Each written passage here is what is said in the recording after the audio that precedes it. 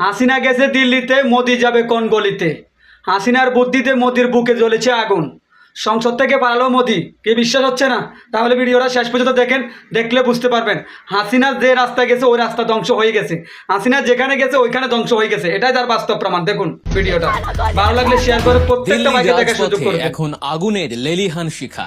যে দিল্লিতে আশ্রয় নিয়েছেন বাংলাদেশের ক্ষমতাচ্যুত স্বৈরাচারী শেখ হাসিনা, সেই দিল্লি এখন পরিণত হয়েছে এক রণক্ষেত্রে।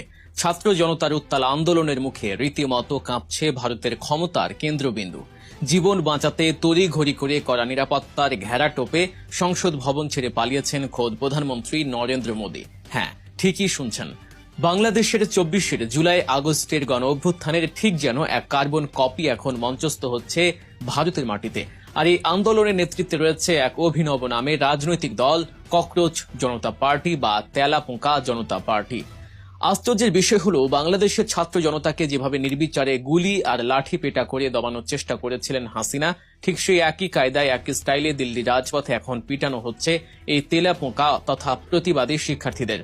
বিশ্লেষকরা বলছেন, মোদীকে এই ভয়ঙ্কর কূটবুদ্ধি দিচ্ছেন খোদ শেখ হাসিনাই। কি ঘটছে আসলে দিল্লি রাজপথে? কেন গ্রেফতার করা হলো ককরোচ জনতা পার্টির প্রধানকে? আর মোদী বা কেন পালালেন? বিস্তারিত জানতে ভিডিওটি একদম শেষ পর্যন্ত দেখতে থাকুন। ভারতের সংসদ ভবনের বর্ষাকালীন অধিবেশনের প্রথম দিনেই রাজধানী দিল্লি পরিণত হয়েছে এক উত্তপ্ত রণক্ষেত্রে। মাত্র কয়েক মাস আগে আত্মপ্রকাশ করা ককরোচ জনতা পার্টির ডাকা চলো সংসদ কর্মসূচিকে কেন্দ্র করে যে বীভৎস পরিস্থিতি সৃষ্টি হয়েছে তা ভারতের ইতিহাসে এক নজিরবিহীন ঘটনা। হাজার হাজার শিক্ষার্থী, তরুণ তরুণী এবং সাধারণ মানুষ যন্তরে মন্তরে জড়ো হয়ে যখন সংসদ ভবনের দিকে এগোতে শুরু করে, তখন তাদের উপর ঝাঁপিয়ে পড়ে মোদির পুলিশ বাহিনী। আর এই হামলার ধরন দেখে স্তম্ভিত পুরো বিশ্ব। ঠিক যেভাবে বাংলাদেশের রাজপথে আবু সাইদ মুগ্ধদের উপর নির্বিচারে হামলা চালিয়েছিল হাসিনার পেটুয়া বাহিনী, দিল্লির বুকেও ঠিক সেই একই কায়দায় চলছে দমন পীড়ন। রাজনৈতিক বিশ্লেষক এবং নেটিজেনদের মধ্যে জোর গুঞ্জন, 5 আগস্টের পর দিল্লিতে পালিয়ে যাওয়া শেখ হাসিনা হয়তো নরেন্দ্র মোদীকে তার সেই পুরনো ব্যর্থ এবং রক্তক্ষয়ী ফর্মুলাই দিচ্ছেন।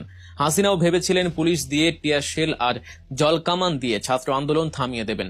আজ মোদীর সরকারও ঠিক একই ভুল করছে। শিক্ষার্থীদের দাবি দাওয়া না শুনে তাদের উপর লেলিয়ে দেওয়া হয়েছে আধা সামরিক বাহিনী, র্যাপিড অ্যাকশন ব্যাটালিয়ন এবং বিশাল পুলিশ বাহিনী। যন্তর মন্তর, বিজয় চক এবং সেন্ট্রাল ভিস্তার আশপাশের এলাকা এখন যেন এক যুদ্ধক্ষেত্র।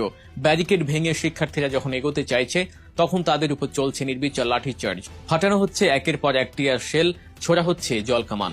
কিন্তু আশ্চর্যের বিষয় হলো, এত ভয়ঙ্কর পুলিশের তাণ্ডবের পরও রাজপথ ছাড়ছে না ভারতের ছাত্র জনতা। তাদের চোখে মুখে কোনো ভয় নেই। তারা যেন বাংলাদেশের 24 বিপ্লব থেকে প্রেরণা নিয়েই রাস্তায় নেমেছে। এই প্রবল জনরোষের আঁচ